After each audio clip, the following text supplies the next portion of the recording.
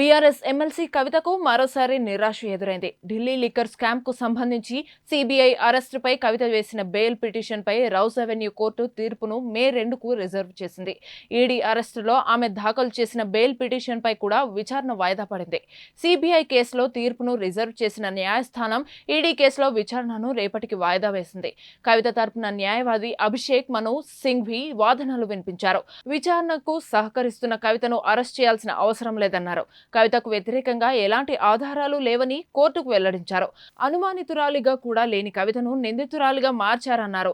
ఢిల్లీ మద్యం కుంభకోణం కేసులో కవితను ఈడీ మార్చి 15న అదుపులోకి తీసుకోగా సీబీఐ ఏప్రిల్ 11న అరెస్ట్ చేసింది. దీంతో ఆమె 2 బెయిల్ పిటిషన్లు వేశారు. ప్రస్తుతం కవిత జ్యుడిషియల్ కస్టడీలో భాగంగా తీహార్ జైల్లో ఉన్నారు.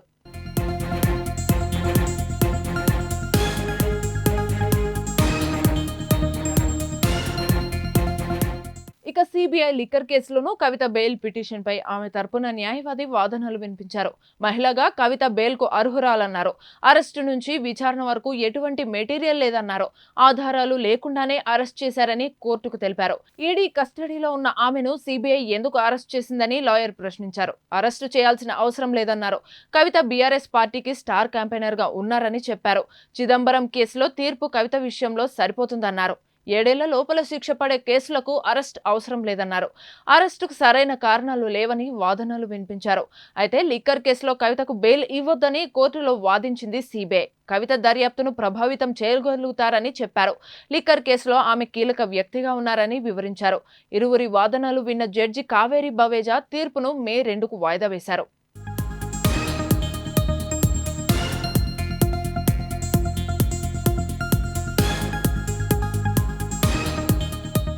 ఇక ఇదే అంశానికి సంబంధించి మరింత సమాచారం మా ప్రతినిధి సతీష్ అందిస్తారు. సతీష్, చెప్పండి, కవిత బెయిల్ పిటిషన్లకు సంబంధించిన తాజా అప్డేట్స్ ఏంటి? ఢిల్లీ లిక్కర్ స్కామ్కు సంబంధించి బీఆర్ఎస్ ఎమ్మెల్సీ కవితకు మరోసారి నిరాశ ఎదురైంది. ఢిల్లీ లిక్కర్ స్కామ్కు సంబంధించి సీబీఐ అరెస్టుపై కవిత వేసిన బెయిల్ పిటిషన్పై రౌస్ అవెన్యూ కోర్టు తీర్పును వచ్చే నెల 2వ తారీఖు రిజర్వ్ చేసింది. ఈడీ అరెస్టులో ఆమె దాఖలు చేసిన బెయిల్ పిటిషన్పై కూడా విచారణను కోర్టు వాయిదా వేసింది. ఇక సీబీఐ కేసులో తీర్పును రిజర్వ్ చేసిన న్యాయస్థానం ఈడీ కేసులో విచారణను రేపటికి వాయిదా వేసింది.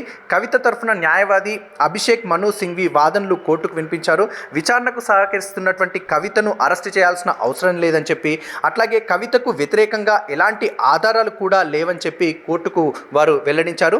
అనుమానితురాలిగా కూడా లేని కవితను నిందితురాలిగా మార్చారని చెప్పి, ఢిల్లీ మద్యం కుంభకోణం కేసులో కవితను ఈడీ మార్చి 15న హైదరాబాద్లో తన నివాసంలో అదుపులోకి తీసుకుంది. సిబిఐ ఏప్రిల్ 11న కవితను అరెస్ట్ చేసింది. ఇక దీంతో ఆమె 2 బెయిల్ పిటిషన్లు వేయడం జరిగింది. ప్రస్తుతం కవిత జ్యుడిషియల్ కస్టడీలో భాగంగా తీహార్ జైల్లో ఉన్నారు. ఇక సిబిఐ లిక్కర్ కేసులోనూ కవిత బెయిల్ పిటిషన్పై ఆమె తరఫున న్యాయవాది కోర్టుకు వాదనలు వినిపించారు. ఇక మహిళగా కవితకు బెయిల్కు సంబంధించి అర్హురాలని చెప్పి, అట్లాగే అరెస్టు నుంచి విచారణ వరకు ఎటువంటి మెటీరియల్ కూడా లేదని చెప్పి ఆయన చెప్పారు. ఆధారాలు లేకుండానే అరెస్ట్ చేశారని చెప్పి కోర్టుకు తెలిపారు. ఈడీ కస్టడీలో ఉన్న ఆమెను సిబిఐ ఎందుకు అరెస్ట్ చేసిందని చెప్పి కూడా లాయర్ ప్రశ్నించారు. అరెస్ట్ చేయాల్సిన అవసరం లేదని, కవిత టీఆర్ఎస్ పార్టీకి స్టార్ క్యాంపెయినర్గా ఉన్నారని చెప్పారు. చిదంబరం కేసులో తీర్పు కవిత విషయంలో సరిపోతుందన్నారు. 7 ఏళ్ల లోపల శిక్ష పడే కేసులకు అరెస్టు అవసరం లేదని చెప్పి, అరెస్టుకు సరైన కారణాలు లేవని కూడా వాదనలు వినిపించారు. అయితే లిక్కర్ కేసులో కవితకు బెయిల్ ఇవ్వొద్దని చెప్పి కోర్టులో వాదించిన సిబిఐ కవిత దర్యాప్తును ప్రభావితం చేయగలుగుతారని చెప్పి, అట్లాగే లిక్కర్ కేసులో ఆమె కీలక వ్యక్తిగా ఉన్నారని చెప్పి వివరించారు. ఇరువురి వాదనలు విన్నటువంటి జడ్జి కావేరి బవేజా తీర్పును వచ్చే నెల 2వ తారీఖు వాయిదా వేశారు. ఏదైతే ఈ లిక్కర్ స్కామ్కి సంబంధించినటువంటి అంశం ఉందో, కవితను మార్చి 15వ తారీఖు హైదరాబాద్లో ఈడీ అధికారులు అయితే అరెస్ట్ చేయడం జరిగింది. ఇక్కడ నుంచి ఢిల్లీకి తీసుకెళ్లారు. మొదటగా 2 సార్లు ఈడీ అధికారులు తనను విచారణ జరిపిన తర్వాత తనను రిమాండ్కి పంపించడం జరిగింది. తీహార్ జైలుకి పంపించారు.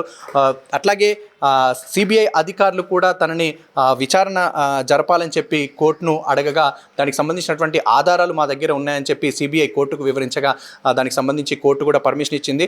సో దానికి సంబంధించి ఏప్రిల్ 16వ తారీఖున సిబిఐ వాళ్ళు కవితను ప్రశ్నించడం కూడా జరిగింది. దీనికి సంబంధించి మాకు మరికొన్ని రోజులు, అంటే ఒక 5 రోజుల పాటు తనను విచారణ జరపడానికి మాకు పర్మిషన్ కావాలని చెప్పి కోర్టును కోరగా 3 రోజుల పాటు కోర్టు పర్మిషన్ ఇచ్చింది సిబిఐ ప్రశ్నించడానికి.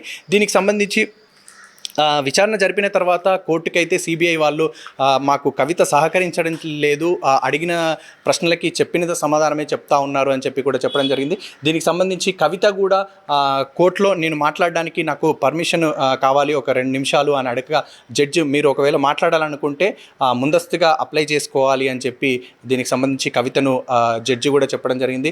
మొత్తానికైతే కవితకు సంబంధించినటువంటి కేసు మార్చి 15వ తారీఖున ఇక్కడ హైదరాబాద్లో తనను అరెస్ట్ చేశారు. ఇప్పటికైతే తీహార్ జైల్లో కవిత ఉన్నారు. దీనికి సంబంధించినటువంటి బెయిల్ పిటిషన్కి సంబంధించి మధ్యలో కూడా ఒకసారి వాళ్ళ బాబుకి ఎగ్జామ్స్ ఉన్నాయని చెప్పి కూడా దీనికి సంబంధించి పిటిషన్ వేయడం జరిగింది. అట్లాగే సిబిఐ వాళ్ళు తనను అరెస్ట్ చేసినటువంటి దానికి సంబంధించి పిటిషన్ వేసింది కవిత.